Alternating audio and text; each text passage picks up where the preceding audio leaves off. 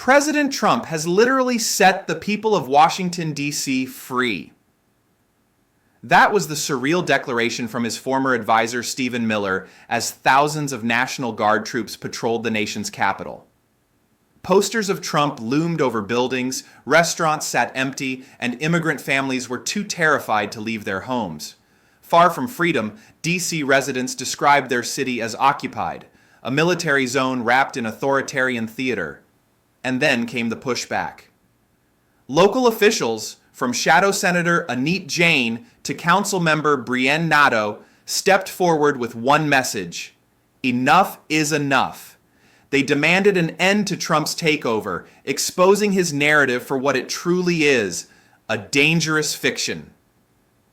In this video, we will unpack how Trump's militarized approach to D.C. not only humiliated him in front of the very people he claimed to protect, but also revealed deep cracks in his broader political strategy. This isn't just about D.C. It's about what happens when authoritarian theatrics collide with democratic institutions, and when local leaders refuse to bow down. We'll begin by examining the political climate that gave rise to this takeover and the MAGA justifications used to sell it to the public. Then, we'll analyze the scathing responses from D.C. officials who dismantled Trump's claims, point by point, showing the gap between propaganda and reality. Finally, we'll look at the long-term implications, not just for Washington, D.C., but for every American city that could be next on Trump's list. To understand how Trump's occupation of Washington, D.C. unfolded and why local officials fought back so fiercely, we need to step back and look at the political backdrop. By the time Trump deployed National Guard troops into the Capitol, the country was already mired in overlapping crises. A pandemic that had exposed government failures, nationwide protests against racial injustice, and a polarized electorate bracing for another bitter election cycle. Trump's response was not to de-escalate, but to double down on his law and order branding, projecting strength even as his administration struggled with basic governance. Washington, D.C., which lacks full statehood and therefore remains vulnerable to federal intervention, became the perfect stage. Here, he could demonstrate absolute control without the checks that governors or independent legislatures might provide elsewhere. The key players in this drama had clear motivations. Trump sought to rally his base by painting Democratic-run cities as violent, unsafe, and in need of his personal intervention. Figures like Stephen Miller and Kristi Noem amplified this narrative, portraying Trump's militarized presence as liberation rather than occupation. Meanwhile, D.C. officials, Senator Anit Jain and Councilmember Brienne Nadeau, recognized the existential stakes. Their city was not simply under heightened security, it was being used as a test case for authoritarian expansion. The stakes were enormous. At issue was not only the safety of residents, but the very balance between local autonomy and federal power.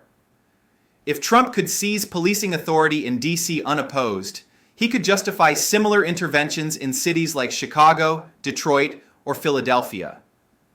The humiliation came when his narrative collided with reality. Crime rates in D.C. were falling, not rising, and residents rejected the spectacle of military trucks patrolling neighborhoods. Officials called him out, and his carefully constructed facade began to crack. Trump and his allies insisted that flooding Washington, D.C. with National Guard troops was an act of liberation. Stephen Miller declared that residents could finally go to their favorite restaurants, parks, and pool halls thanks to Trump's protection. Kristi Noem echoed the same talking point, portraying the operation as the return of safety after years of Democratic oppression. But the evidence told a different story. Shadow Senator Anit Jain presented hard data. Restaurant reservations were down 20% compared to the previous year. Far from surging, business activity stalled because residents didn't feel free. They felt watched. Federal agents and armored vehicles patrolled areas with little crime, like the National Mall and tourist sites. Some National Guard troops, with no clear duties, reportedly wandered through museums as if on sightseeing tours. This contradiction is not a minor detail.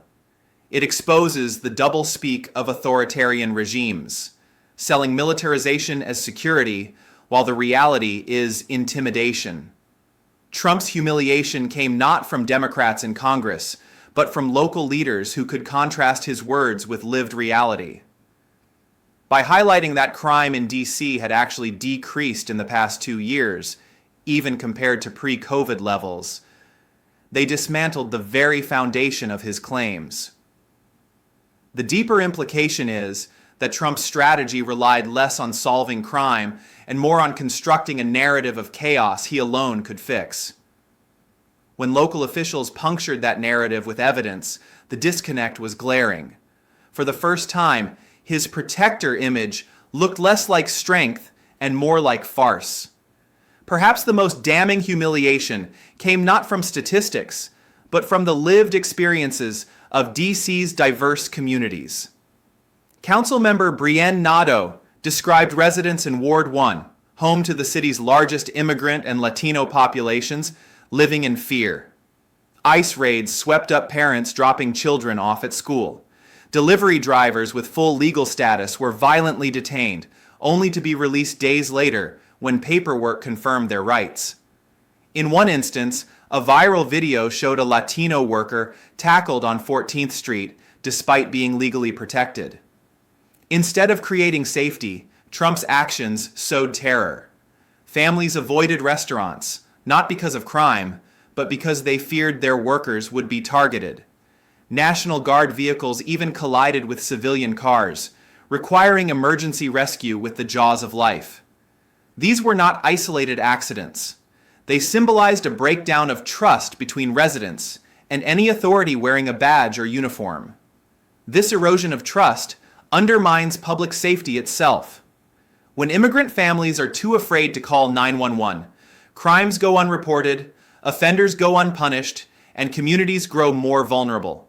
Trump's promise of order produced the opposite, a fragile environment where the very people he claimed to protect saw him as a source of danger. For D.C. officials, this was intolerable. Their humiliation of Trump came through testimony that cut through the propaganda. Far from Disneyland, as Trump bizarrely described, the Capitol resembled a militarized zone where liberty was suspended. This exposure was powerful because it reframed the debate, no longer about partisan politics, but about the real lives disrupted under military occupation. Another core humiliation came from D.C. officials highlighting how Trump abused the city's unique lack of statehood. Unlike states that control their own National Guard, D.C.'s forces fall under presidential authority. This gave Trump a legal loophole to assert control, a move that he hinted could be replicated in other Democratic-led cities. Senator Jane warned that D.C. was being used as a testing ground. If it works here, he's going to go to Chicago, Detroit, Phoenix, Philadelphia, New York City. Her message was clear. What happens in D.C. won't stay in D.C. By weaponizing the city's political vulnerability, Trump sought to expand his authoritarian experiment nationwide. But in calling this out, Jane and Nadeau humiliated him by revealing his strategy in plain sight. They exposed the takeover not as an emergency crime-fighting effort, but as a calculated political move to undermine democratic governance. This framing shifted the conversation from whether Trump was strong enough to act to whether his actions were an attack on democracy itself. The judicial crisis in D.C. added another layer. Local courts, whose judges are nominated by the president and confirmed by the Senate, faced vacancies because Trump refused to fill seats. Prosecutors were fired for pursuing January 6th insurrectionists. Instead of addressing this structural crisis in the justice system, Trump poured troops into tourist zones. Officials emphasized this contradiction. Why claim to fight crime while refusing to empower courts and prosecutors who could actually deliver justice? This was more than humiliation. It was exposure. Trump's priorities were laid bare. Optics over solutions, control over governance. The message resonated nationally because it connected with broader fears of creeping authoritarianism. Finally, the humiliation wasn't confined to official statements. Ordinary Washingtonians became part of the pushback. As Councilmember Nadeau described, residents filmed federal agents, confronted them in neighborhoods, and organized protests to demand answers. While dangerous, these acts of civic resistance undermined the narrative that D.C. was grateful for Trump's intervention. The presence of posters, armored trucks, and federal police might have been intended to project dominance. But when residents responded with defiance, calling it tyranny, documenting abuses, and rallying in solidarity, the image flipped. Trump looked less like a strong man in control and more like a paranoid leader whose grip required constant force. The humiliation deepened as international media picked up the story, comparing DC's atmosphere to Pyongyang rather than Philadelphia. For a president obsessed with image, this was the ultimate backfire. His attempt to showcase power ended up highlighting weakness, a leader who had to be confronted not by rival politicians, but by local council members and ordinary citizens demanding their rights. In sum, the deep dive reveals 4 layers of humiliation: his false freedom narrative collapsing under hard data, the human cost of militarization exposing cruelty, his abuse of federal power undermining democratic norms, and the spirited resistance of residents making him look weak. Together, they show why D.C. officials' demands to end the takeover cut so deeply into Trump's political image. The battle over Washington, D.C. was never just about one city. As Shadow Senator Anit Jain made clear, D.C. was the testing ground for a wider authoritarian experiment.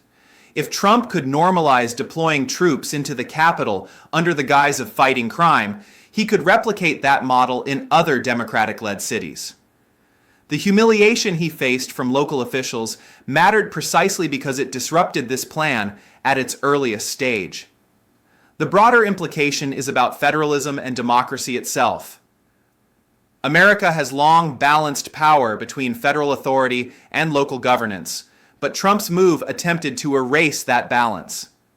If unchecked, it would open the door for presidents to claim emergency powers wherever politically convenient. The stakes are especially high, given that DC's lack of statehood makes it uniquely vulnerable.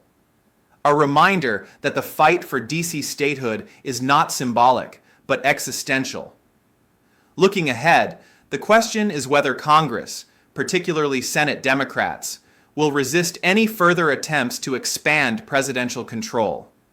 As officials warned, the next targets could be cities like Chicago, Detroit, or Philadelphia. With 2024 elections behind us and 2025 politics in full swing, the echoes of this confrontation still matter. Trump's approach reveals a blueprint. Use the rhetoric of crime and safety as justification for consolidating power. For the future, this sets up 2 scenarios. Either Trump and his allies succeed in exporting this model, eroding local autonomy nationwide, or cities and states push back, building a united front against authoritarianism. DC's defiance may well determine which path the nation takes. Trump's militarized takeover of Washington, D.C. was framed as liberation, but the truth, exposed by DC's own leaders, told a far darker story. Instead of freedom, residents faced fear. Instead of order, they endured chaos. And instead of safety, they saw rights trampled beneath the boots of federal troops. Shadow Senator Anit Jain and Councilmember Brienne Nadeau didn't just dispute Trump's narrative. They dismantled it with evidence, personal testimony, and moral clarity. Their demands to end the takeover humiliated Trump because they revealed his weakness, a reliance on spectacle over solutions, power over governance. The bigger lesson here is simple. What happens in D.C. does not stay in D.C. If such a federal incursion is normalized, every American city becomes vulnerable. The question now is not just about Trump's legacy, but about the resilience of American democracy. Will Congress stand firm against executive overreach? Or will authoritarian theatrics become the new normal? So I leave you with this. When leaders cry freedom while silencing communities, whose freedom are they really protecting? That's the debate every American must confront. What's your take? Do you believe Trump's D.C. experiment was a warning shot for the rest of the country? Share your thoughts below. And if you value deeper analysis beyond the headlines, hit like, subscribe, and stay tuned, because this fight is far from over.